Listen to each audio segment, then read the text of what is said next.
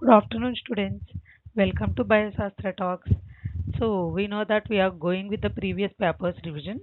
So, in this paper, we are learning about 2023 biology questions. Okay, let's get into the topic.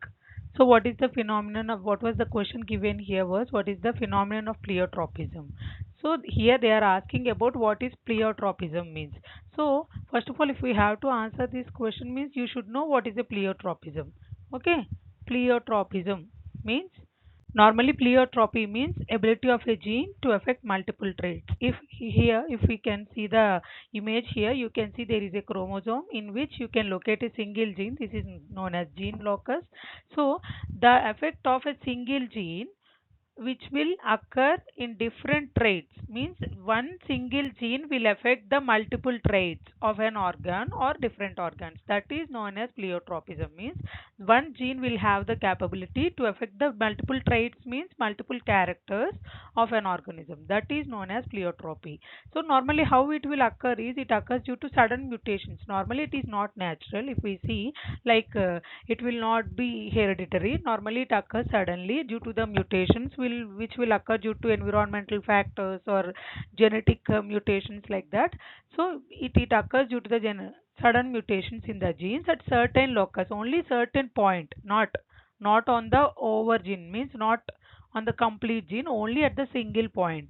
So which will lead to difference in the characters of multiple organs or organisms. Okay, here the genes which were affected one world may not have equal influence or on the traits means the genes which were affected cannot show equal influence on all the traits means all the characters that were evolved from these genes. Okay, normally you can say that they are very afferent on some characters or they are, that is known as major effect, and there will be less on some other characters or some other traits, that is secondary effect. Examples of these normally the diseases caused due to this pleiotropy or sickle cell anemia, phenylketonuria, and the color color change in the seed coat or axils of leaves of green peas. Okay, this is the pleiotropy here. If we move on to the next slide, what was given in were here we have given the best example to know what is a pleiotropy. Here you can see in the image that it is a chromosome in which one gene is affecting three different characters of our body, like it is affecting the eyes, liver, and heart.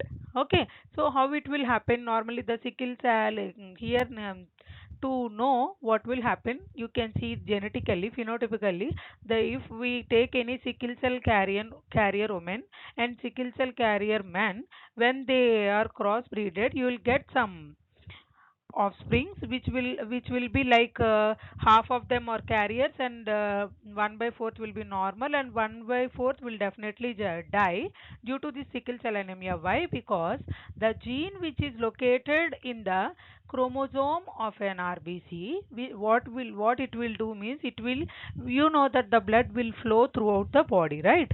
So when it flows through the eyes, the gene which is affected in the RBC cell will lead to the eye blindness, and when that blood flows through the liver it will cause the liver damage means it will not induce the function of the liver.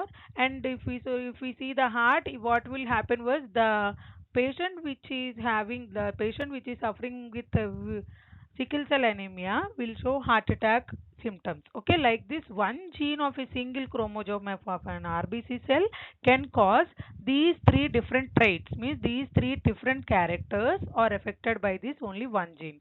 This is known as sickle cell anemia. This is the best example for pleiotropy. Okay, if we go to the another example here, another example is phenylketonuria. So this is also one of the disease caused in humans.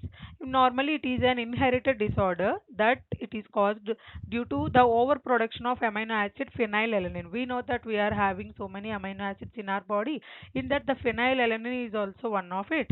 So normally it is produced in every part of the body, but what will happen when this phenylalanine the production of this amino acid is affected due to this inherited disorder of phenylketonuria.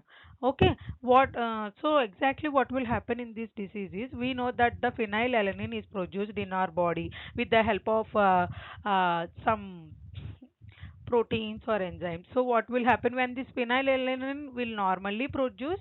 It will lead to it will produce tyrosine in somehow with the help of some phenylalanine hydroxylase enzyme. Means this hydroxylase enzyme will cleave the phenylalanine and produce the tyrosine, which is normal. So that what will happen? Tyrosine will help in the metabolic process. But when this phenylalanine hydroxylase enzyme is affected, what will happen? The production of tyrosine is stopped. So with that, the amount of the phenylalanine will be increased in our body.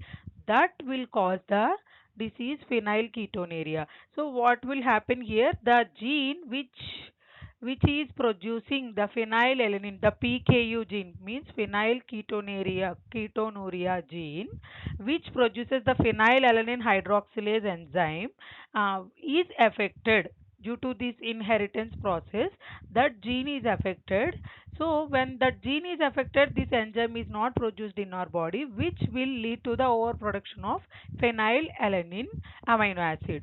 So normally we know that when everything is in normal content, we are good. But when it is high, it will lead to any diseases or disorders. Like that only, if we have the more amount of phenylalanine in our body, which will lead to some of the disorders. Like you can see that the person who is suffering with this phenylketonuria can show some of the diseases, like his brain development will be stopped, or his brain development will be disorganized, like he is mentally retarded, or some of the organs are damaged, or unusual gesture of the person. Means you can see some of their facial characters or facial textures will be changed in the offsprings.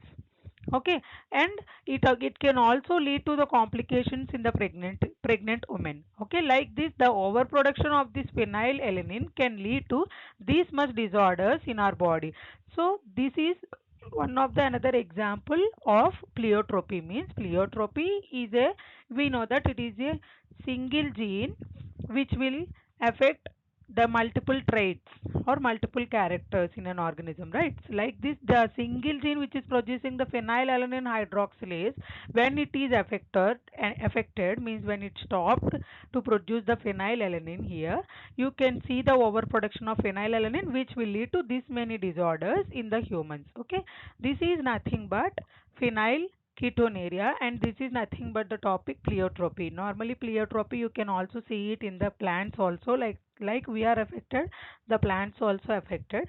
Like this, simply you can say what is pleiotropy. Pleiotropy means a single gene which will affect the multiple traits of an organism, which the effect of a single gene will disorder the multiple traits of a organism. So by this explanation, I think you can guess the answer.